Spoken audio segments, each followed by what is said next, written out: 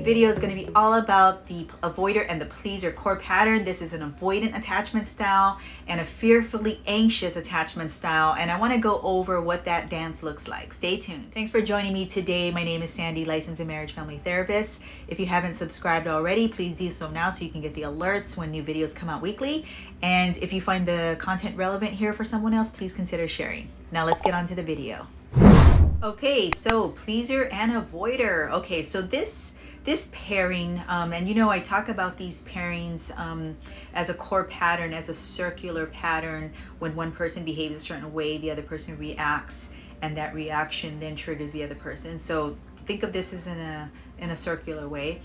But this couple, this dynamic, they both are very conflict adverse. They're both dancing in this way. They're trying to avoid conflict. The avoider will disconnect, and the pleaser is sort of anxious and careful about what they say as not to upset the avoider. Okay, so this conflict pattern usually starts off with the pleaser being somewhat hypervigilant. If you just please watch my previous videos on the pleaser as an individual and the avoider as an individual to get more of a background in these two. But as we know, the pleaser tends to be hyper vigilant about disapproval and rejection from their partner, and in this case it happens to be an avoider. So they're very anxious about anger, conflict, rejection, and distance, and avoiders like to distance, right? So this is going to ramp up the pleaser's anxiety, wondering if they're in a good spot in their relationship. Pleasers tend to feel safe when others are smiling and close, and the avoider is attentive. But in the dance of the conflict, the avoider is not close and accommodating. They're pretty shut down and distancing at this time. So pleasers can tend to be dishonest at this point, not really seeing how they actually feel. So they're dishonest about their feelings and their needs. That's really what they're dishonest about. So for example, the avoider might say, "Hey, what's wrong with you?" And the pleaser might say something like, "Nothing's wrong, I'm okay.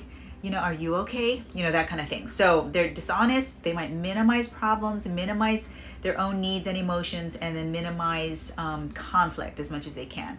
And they will even deny that there's a problem by saying, "I'm good." So after the pleaser displays this nervousness, this anxiety about possibly being rejected or denied, the avoider meanwhile is very annoyed by this energy. The pleaser might be orbiting or kind of checking in, doing a temperature check, but the avoider will feel annoyed by this, and there's probably previous times where this happened. So the avoider is picking up on this, and they get annoyed. They don't like it.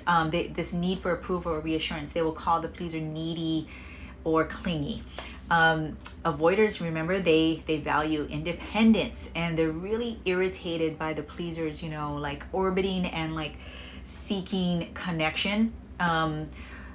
They really don't like the pleaser's indecisiveness. Pleasers often need approval or validation that they're making the right decision on something, even as simple as what to buy at the grocery store, really. The avoider really just wants the pleaser to go away, leave them alone.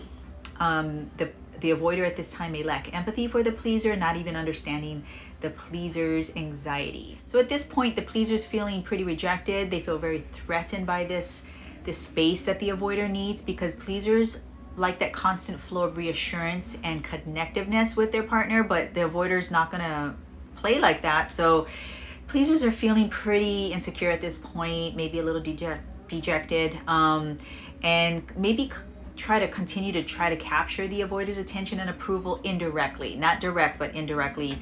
And if this goes on for a number of years, over time though, the pleasers will resent this and grow tired of this, and will resent for giving so much and getting so little in return.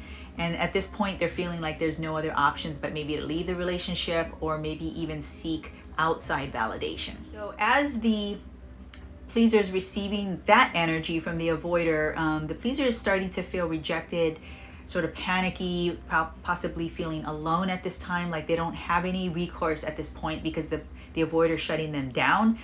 So they feel very triggered inside, and they might try harder to please and might hover to check in, the avoider's mood to see if the avoider's ready to connect again. Probably not, but they'll continue to check, and they'll intensify their efforts to create closeness with the avoider. So at this point, the avoider's pretty annoyed with the pleaser's neediness and will detach at this time. They might excuse themselves. They might say, you know, leave me alone, or I want to go to work, I want to go to the gym, I'm going to play video games. So avoiders are seeking isolation or just their space at this time. So at this point, the avoider is pretty frustrated with the pleaser. They just really don't like to be chased and pursued like this. It feels overwhelming, maybe suffocating to them, and they might show their frustration through disrespect. They might say things like, I wish you could, you know, find your own life, just grow up, be more independent, you know, find your own identity, things like that. But with this couple, this is sort of the end of the circle here, the conflict circle, and there's no real resolve for them.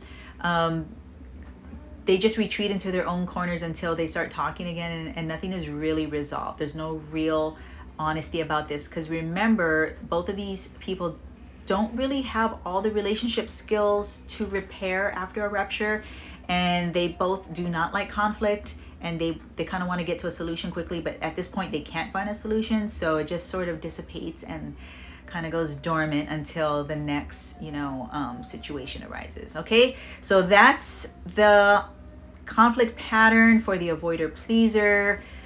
And the next video, the follow-up video, is going to be how each of these participants can overcome this using a new set of skills and interrupting this pattern. All right, so that's all I have for you today. Thank you for watching, and until next time, aloha.